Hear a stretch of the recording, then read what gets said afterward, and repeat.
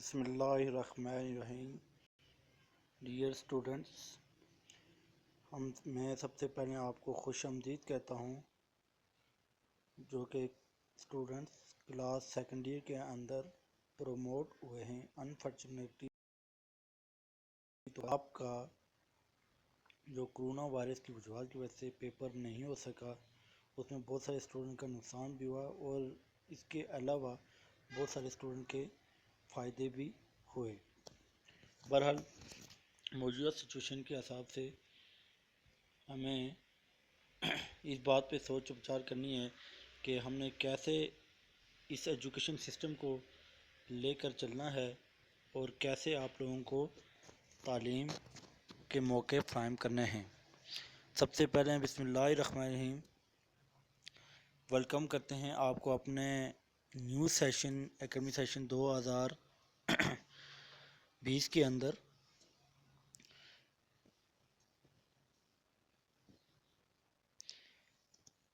इस कोर्स के अंदर सबसे पहले मैं introduction of the course outline आपको बताऊंगा कि हमें कंप्यूटर सेकंड ईयर का क्यों पढ़ना चाहिए। सबसे पहले मैं लिखा हुआ है as we know that all the intermediate level is the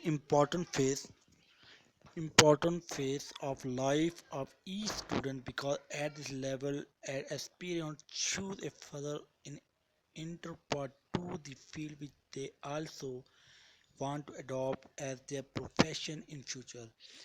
In Inter Part 2, the aspirant who choose ICS group normally studied computer science along with other elective subjects. Students second year के computer के अंदर हम जो basically fundamental of computer की field के बारे में पढ़ते हैं। कोई भी जो स्टूडेंट्स है सेकेंड ईयर के अंदर उसको सब्जेक्ट चूज करने के लिए बताया जाता है कि वो अपनी फील्ड का बुनियाद कैसे रखेगा। अगर उसने इंजीनियरिंग करनी है तो इंजीनियरिंग करने के लिए केमिस्ट्री और मैथ और इस तरह के सब्जेक्ट चूज़ करने होंगे। मेडिकल की फील्ड में जाना है तो बायो और केमिस्ट्री इस तरह के सब्जेक्ट पढ़ने पड़ेंगे। अगर उसने कंप्यूटर की फील्ड में जाना है तो आईसीएस कंप्यूटर मैथ और फिज़िक्स वगैरह आपने चूज़ करनी होती है, वो चूज़ करेंगे। इसके अलावा भी बहुत सारे कम्बिनेशन हैं जो कंप्यूटर के साथ आप पढ़ सकते हैं। लेकिन बुनियादी तौर पर हमारा जो मकसद है कि सेकंड ईयर के अंदर जो भी चीज़ आपको पढ़ाई जाती है वो बेसिकली हर इल्म का फंडामेंटल ऑफ नॉलेज होता है, ताकि स्टूडेंट्स उस इल्म को हासिल करने के बाद अपनी फील्ड का प्रॉपर इस्तेमाल करें और उनका इंटरेस्ट डिवेलप हो कि उन्हें कहाँ पे जाना है। बेसिकली एक 9th के अंदर ये चीज़ आजकल प्रमोट हो गई है और आप एफएससी लेवल के अंदर जब इस चीज़ का इंतखाब कर लेते हैं तो आप उसके बाद अपनी उस फील्ड के अंदर बेहतर कारकर्दगी दिखाकर डायरेक्शन में यूनिवर्सिटी लेवल पे एडमिशन ले सकते हैं। तो computer science subject second level of discuss every related to the fundamental of IT, यानी कि हम सेकेंड ईयर कंप्यूटर के अंदर जो फर्स्ट ईयर भी शामिल है, हमने पढ़ लिया, उसमें बेसिक कंप्यूटर टर्मिनोलॉजीज थी। सेकेंड ईयर के अंदर हम कंप्यूटर की फंडामेंटल नॉलेज को पढ़ेंगे कि कंप्यूटर की फील्ड में क्या क्या चीज़ें मौजूद होती हैं। That the total 14 chapter in computer science book of second year that applicants, इस बुक के अंदर हम टोटल जो डिस्कस करेंगे वो 14 चैप्टर्स होंगे और उनकी एप्लीकेशंस को डिस्कस करेंगे।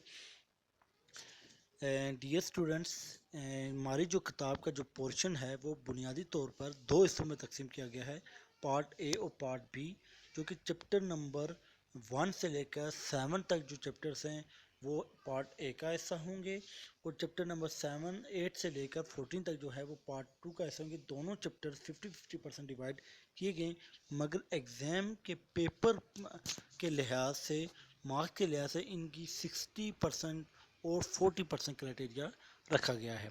पहले मैं आपको पार्ट ए के कंटेंट के बारे में बताऊंगा कि क्या क्या इन चीज़ में हम पढ़ेंगे। सबसे पहली चीज़ हम पढ़ेंगे चैप्टर नंबर 1 के अंदर डाटा बेसिक के बारे में पढ़ेंगे कि डियर स्टूडेंट के डाटा क्या होता है, इंफॉर्मेशन क्या होती हैं, डाटा को इंफॉर्मेशन में कैसे लेकर आते हैं, कौन से ऐसे स्टेप्स हैं जो हमारे डाटा को इंफॉर्मेशन में कन्वर्ट करने के लिए इस्तेमाल होते हैं। उसके बारे में फिर हम डेटा बेस क्या होता है, इसकी ज़रूरत हमें पेश क्यों आई, हमें फ़ाइल मैनेजमेंट सिस्टम जो था वो डेटा बेस से पुराना सिस्टम था, वो उसके डीमेरिट्स क्या हैं, ठीक है, और डेटा बेस के फ़ायदे क्या हैं।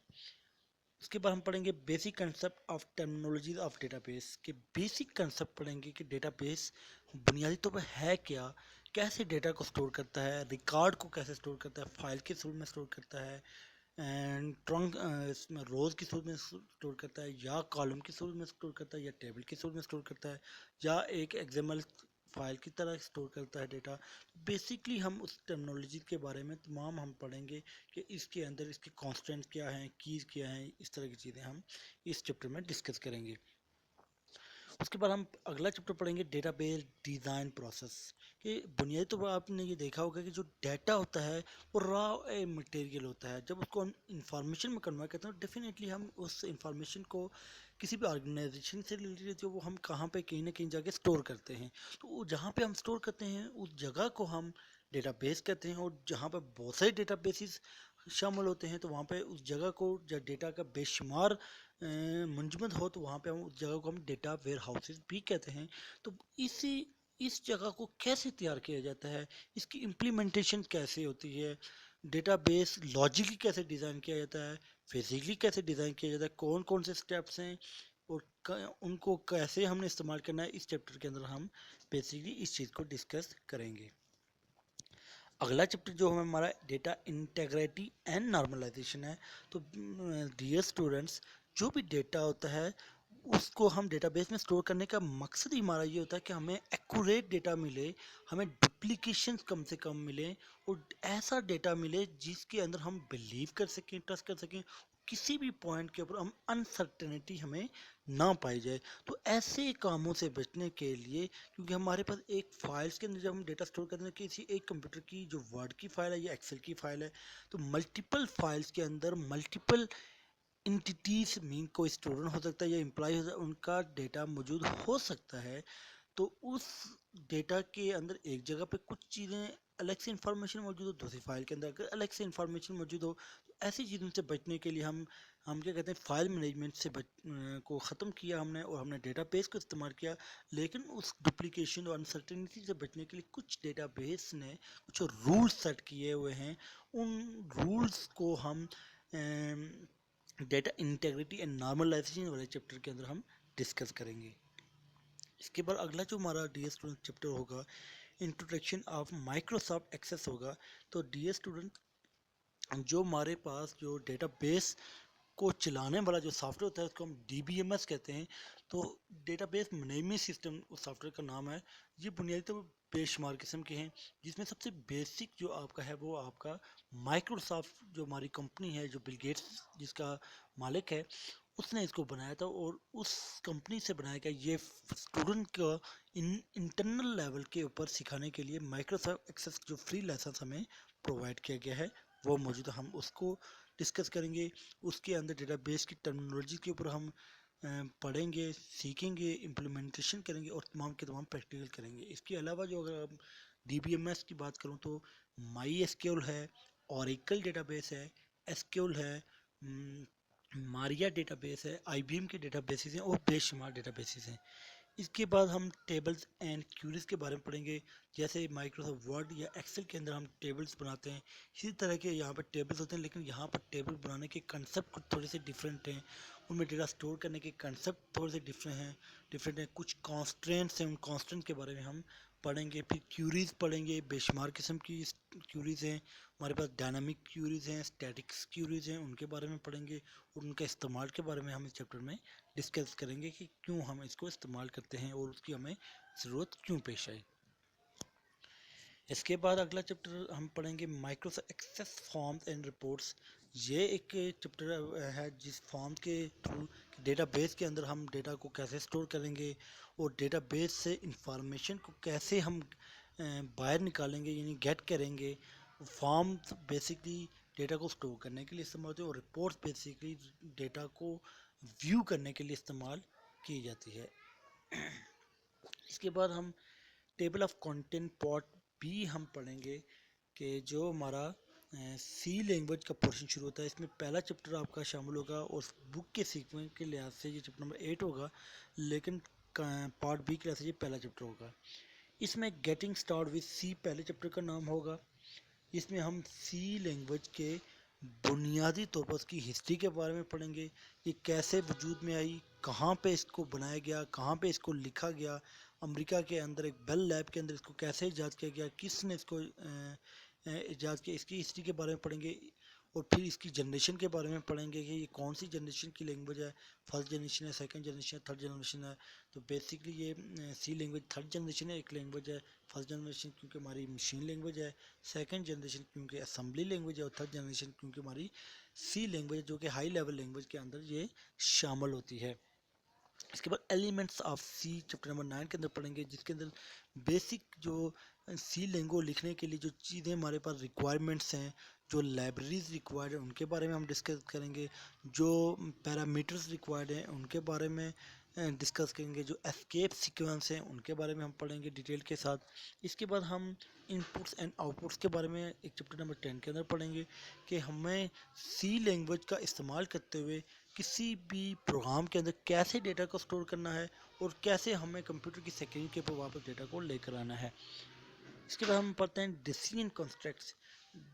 डियर स्टूडेंट्स, प्रोग्रामिंग पढ़ने का बुनियादी मकसद ही ये होता है कि हमें जो आम डेली लाइफ होती है उसमें बहुत सारी प्रॉब्लम पेश आती हैं और उसमें हमें डिसीजन करने में मुश्किलात होती है। तो हमारा सी लैंग्वेज पढ़ने का मकसद ये था कि हमें ऐसे प्रोग्राम बनाएं जो कि खुद कार साथ से किसी भी तरह की प्रॉब्लम्स हैं उन प्रॉब्लम को सॉल्व करे और डिसीजन मेकिंग का काम करे। तो हमें इस चैप्टर के अंदर ये पढ़ेंगे कि कैसे एक नॉर्मल प्रॉब्लम्स है वो प्रॉब्लम का प्रोग्राम कैसे लिखेंगे और जब वो प्रोग्राम रन होगा प्रोग्राम ऑटोमेटिकली कैसे डिसीजन कर सकते हैं। सपोज कर रहे हैं कि हमने 5 या 6 नंबर लिए हैं, 5 6 नंबर में से हमने किसी एक नंबर को फाइंड करना चाहते हैं जो सबसे बड़ा है, तो वो डिसीजन हमारा प्रोग्राम ऑटोमेटिक कैसे करेगा।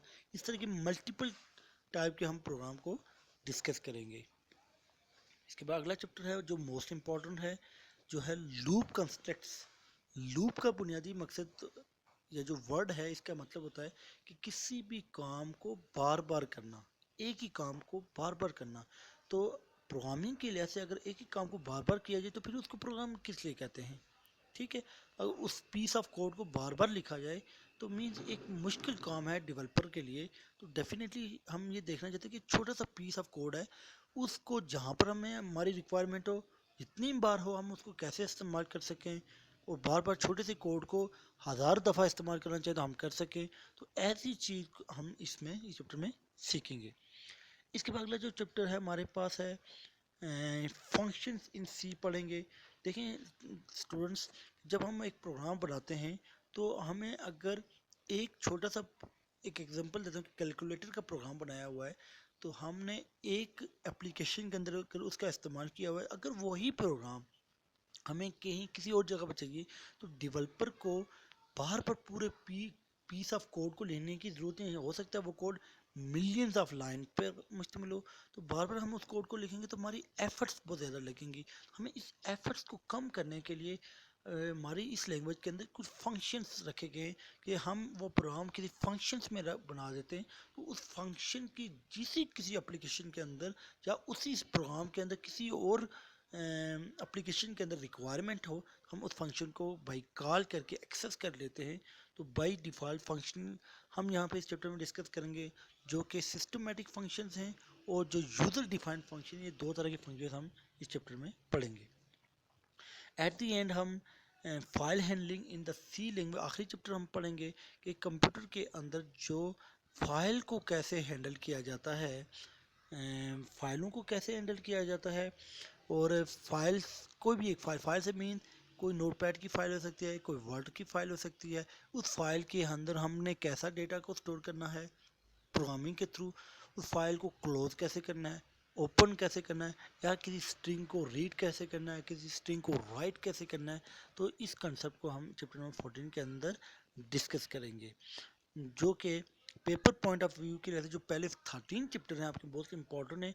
फाइल हैंडलिंग वाला जो चैप्टर है थोड़ा सा टेक्निकली तौर पर इसमें से 2 या 3% का पेपर शामिल होता है। Lastly we discuss attempt the old paper of एजिक बोर्ड। इसके बाद हम आखिरी में आज़ाद कश्मीर के जो बोर्ड है पिछले 5 साल पेपर उनको हम रिजॉल्व करेंगे कोर्स के अंदर कि कौन कौन से क्वेश्चन इंपॉर्टेंट हैं जो रिपीटली हो रहे हैं और कौन से आने के आगे चांसेस हैं, उनके बारे में हम पढ़ेंगे।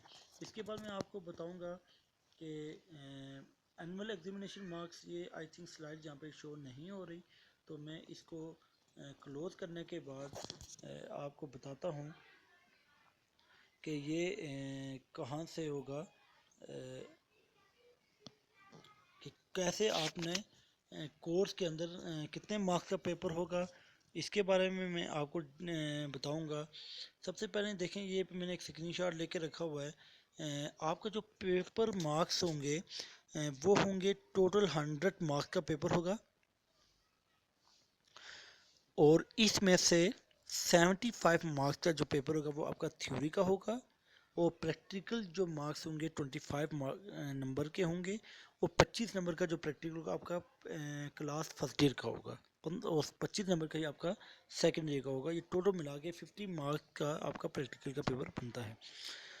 अब बात करते हैं जो 75 मार्क्स का पेपर होगा, उस मार्क्स में से आपके 60 मार्क्स आपके होंगे सब्जेक्टिव पेपर, और 15 मार्क्स होंगे आपके ऑब्जेक्टिव मार्क्स, जो कि एमसीक्यू टाइप का पेपर होगा। अब बात करते हैं जो 16 मार्क्स का पेपर होगा, उसके भी पहला पोर्शन होगा जिसमें एमएस एक्सेस, जो चैप्टर नंबर 1 से लेकर 7 तक मैंने आपको बताया वहाँ तक होगा, और दूसरा जो पोर्शन होगा वो होगा आपका चैप्टर नंबर 8 से लेकर 14 तक होगा। तो पहले पेपर क्वेश्चन के अंदर जो होगा, आपको शॉर्ट क्वेश्चन दिए जाएंगे जो कि 9 क्वेश्चन होंगे, उसमें से आपने 6 क्वेश्चन करने होंगे, और हर क्वेश्चन 2 नंबर का होगा, और इसके तरह आपने 12 नंबर का क्वेश्चन इस पोर्शन में आएगा, जो कि मैं ये आपको बता रहा हूँ ये वाली जगह। उसके बाद सेकंड जो होगा सब्जेक्टिव सेशन होगा 2, जिसमें से आपको 18 क्वेश्चन शॉर्ट क्वेश्चन दिए जाएंगे, उसमें से आपको 12 क्वेश्चन करने होंगे, और इस तरह से 24 मार्क्स का ये पेपर होगा, 12 नंबर का होगा, और ये 36 मार्क्स का जो बन जाएगा। इस तरीके से आपके पास जो पोर्शन 2 होगा लॉन्ग क्वेश्चन का बन जाएगा, वो पेपर होगा आपका एमएस एक्सेस में से। देखें यहाँ पे से आपको 2 क्वेश्चन दिए जाएंगे इस पोर्शन से, और उसमें से आपको एक करना पड़ेगा। 8 नंबर का एक क्वेश्चन होगा, 8 multiply by 1 is equal to 8 मैंने लिखा हुआ है यहाँ पर। और सी लैंग्वेज में बात करें तो 8 3 क्वेश्चन दिए जाएंगे, उसमें से आपको 2 करने होंगे, 16 नंबर का होगा, और 24 नंबर का आपका ये पेपर बन जाएगा। तो इस तरीके से मैं ये कह रहा हूँ कि देखें, सी लैंग्वेज का जो आपका पोर्शन होगा वो ज़्यादा मोस्ट इम्पॉर्टेंट होगा, और इसमें 60% क्राइटेरिया पेपरों का आपका यहाँ पर शामिल होगा। इसके बाद नीचे चले जाएं तो प्रैक्टिकल 25 मार्क्स के होंगे, ठीक है, और उसकी डिटेल हम बाद में डिस्कस करेंगे।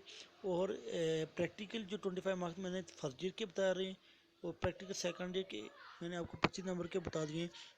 इसमें से भी आपका मोस्टली ज़्यादातर पोर्शन जो शामिल होगा वो आपका सी लैंग्वेज को प्रायोरिटी ज़्यादा दी जाती है सेकंड ईयर के प्रैक्टिकल के अंदर, और फर्स्ट ईयर के अंदर आपको एमएस वर्ड और एक्सेल के अंदर शामिल होगा। इसके बाद डियर स्टूडेंट, अगर आपको इस कोर्स के अंदर कोई भी मुश्किल पेश आए तो आप, मैंने स्लाइड्स के शुरू में अपना कॉन्टैक्ट नंबर और ईमेल एड्रेस दिया हुआ है, उस पर आप रब्ता कर सकते हैं। और इसके अलावा अगर मेरे साथ रब्ता ना भी हो सके तो आप कॉलेज के साथ राब्ते में रहें, कांटेक्ट के साथ रहें, और मेरे साथ व्हाट्सएप पे कांटेक्ट में रहें, ठीक है, वो मेरा व्हाट्सएप नंबर दिया गया है। और अगर कहीं आपको लेक्चर में समझने में दौरान प्रॉब्लम होगी तो काइंडली आप इस बात को शेयर करेंगे, और फिर हम लेकर इस बात को आगे चलेंगे।